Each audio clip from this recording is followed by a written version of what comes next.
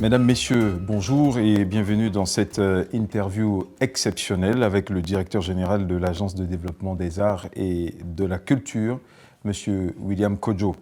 Nous allons explorer un sujet d'une importance capitale pour le secteur culturel. Il s'agit du Fonds de développement des arts et de la culture.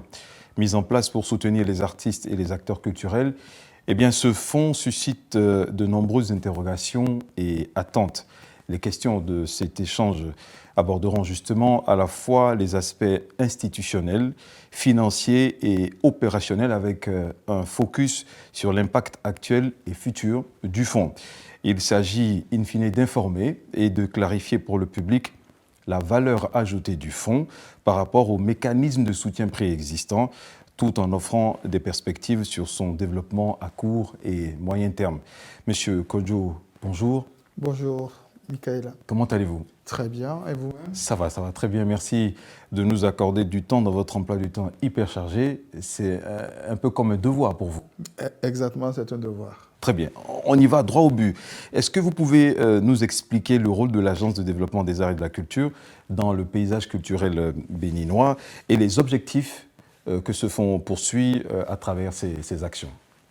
L'Agence de développement des arts et de la culture, ADAC, est une agence gouvernementale qui se trouve sous la tutelle du ministère du Tourisme, de la Culture et des Arts.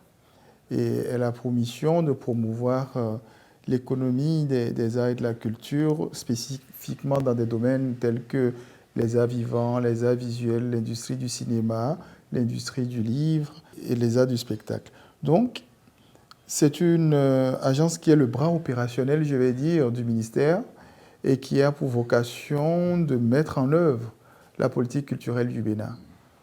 À ce titre, elle est dotée d'un fonds et c'est ce fonds qui s'appelle le Fonds de développement des arts et de la culture. Ah, parce que j'allais te demander la nuance entre la DAC et le fonds que j'évoquais dans mon introduction. Je vous laisse poursuivre. Oui, le fonds est un instrument mis dans les mains de la DAC pour lui permettre de soutenir les initiatives qui se créent dans ce domaine-là, dans les différentes disciplines d'expression artistique. Vous savez, en la matière, le besoin d'argent prend plusieurs formes et il va falloir structurer les choses pour que les solutions proposées soient à la hauteur des besoins.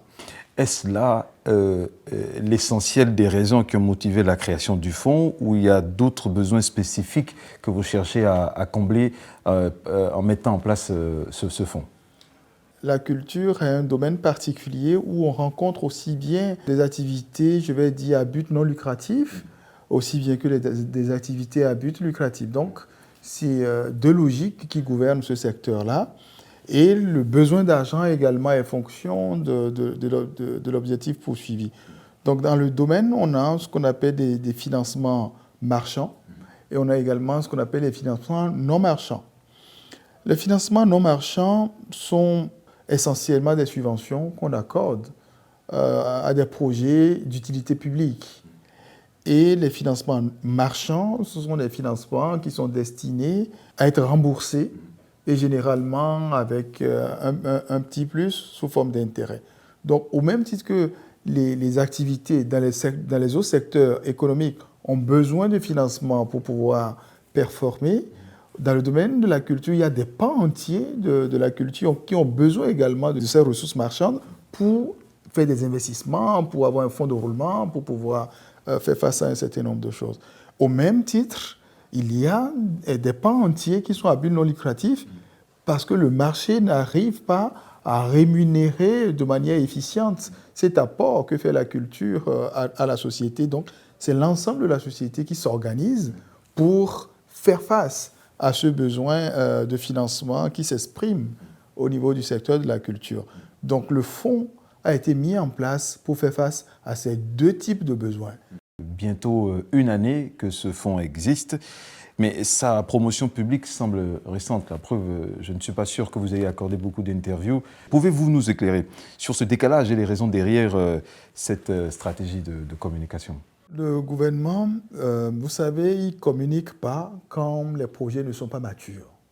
Le fonds a été créé, les ressources ont été mises à disposition, Mais les mécanismes d'utilisation de ce fonds-là n'étaient pas encore mis en place. Donc il a fallu travailler pour mettre en place ces procédures-là, pour développer également une solution digitale pour que les porteurs de projets ne soient pas obligés, comme par le passé, de porter des documents. De constituer des dossiers, à les déposer et avoir l'occasion de négocier des passe-droits, ainsi de suite. Voilà. Donc aujourd'hui, il n'y a plus de contact entre les porteurs de projets et les équipes de la DAC. Tout se fera à distance. Les projets seront envoyés via une solution de e-service que nous avons mis du temps à travailler avec nos collègues de la CIN qui s'occupent des solutions numériques pour le compte du gouvernement. Mais le Fonds de développement des aires de la culture doit gérer, et ça vous le savez très bien, des ressources limitées face à une forte demande. Monsieur DG, comment l'agence assure-t-elle une allocation équilibrée selon les demandes qui vous parviennent? Oui, nous savons que les attentes sont nombreuses et nous en sommes conscients. Mais aussi, les gens ont tendance souvent à tout cristalliser autour des besoins financiers. Alors que dans le domaine, les besoins ne sont pas que financiers. Il y a un gros besoin d'accompagnement technique. Et ça, nous allons mettre de l'accent dessus. Il y a un gros besoin de renforcement des capacités, de la mise à disposition d'expertise. Et nous allons mettre également de l'argent dessus. Et c'est ceux qui auront prouvé qu'ils ont la capacité de gérer les ressources publiques avec efficience qui mériteront cet argent. Est-ce que vous pouvez illustrer ça par des exemples concrets pour que les artistes, tous ceux qui sont dans le secteur comprennent? Je vais vous donner des exemples très très précis. Lorsque vous voulez développer un projet, par exemple, de cinéma et que vous ne pouvez pas me prouver que vous avez déjà eu à gérer de tels projets par le passé et que vous ne pouvez pas me montrer les outputs des financements antérieurs que vous avez obtenus, vous ne serez pas éligible. Parce qu'il nous faut tenir compte du fait que cet argent est mis à disposition par les contribuables béninois et qui attendent de cela qu'on puisse l'utiliser à bon escient, qu'on puisse soutenir notre identité, notre culture, notre vivre ensemble, que véhicule notre culture, que cet argent puisse servir à cela et non alimenter des poches privées pour des besoins égoïstes. Alors, mais concrètement, quelles sont les garanties mises en place pour assurer la transparence dans la sélection des projets que vous financez? Nous avons un organe de gouvernance qui s'appelle Conseil artistique, qui est, je vais dire, l'organe qui s'occupe avec nous du pilotage de tout le processus pour en assurer la transparence. Il y a ce qu'on appelle des assesseurs indépendants qu'on recrute à chaque appel et qui sont spécialisés dans les domaines qui sont concernés. Et ce sont ces assesseurs indépendants qui sont inconnus avant le lancement de l'appel qui viennent évaluer ces projets-là de manière complètement anonyme. Et le résultat est reversé au conseil artistique qui décide finalement de l'allocation des ressources avec la direction générale de la DAC. Donc, c'est un travail qui sera fait par des spécialistes sous le contrôle d'un organe républicain mis en place par le gouvernement par décret et où tous les secteurs d'expression artistique sont représentés. Peu d'argent, beaucoup de demandes, donc besoin d'appui financier. Est-ce que le Fonds de développement des arts et de la culture s'appuie sur des collaborations avec des institutions internationales, culturelles, j'entends bien, qu'elles soient nationales ou internationales d'ailleurs? Comment ces partenariats renforcent-ils l'impact du Fonds dans le secteur des arts et de la culture? Nous ne vivons pas en autarcie. Notre culture a besoin de s'ouvrir aux autres cultures également. Et à ce titre, nos professionnels sont appelés également à collaborer avec les professionnels des autres cultures. Et donc, les mécanismes financiers qui sont mis en place ailleurs peuvent venir en complémentarité par rapport à ce que nous mettons en place ici. Je vous donne un exemple concret. Dans le domaine du cinéma, c'est commun qu'on procède par coproduction pour financer les films. Un producteur de films utilise généralement des fonds mis à disposition par des mécanismes de coproduction. C'est-à-dire que lorsqu'il est porteur de ce projet-là, il doit boucler son plan de financement, il établit son plan de financement et il va s'adresser à des guichets pour mobiliser une part de ce financement auprès de chaque guichet. Et c'est l'ensemble qui lui permet de boucler son plan de financement pour dérouler son projet. Et le film sort de là. Et ce film devient la propriété partagée de tous les contributeurs à sa production.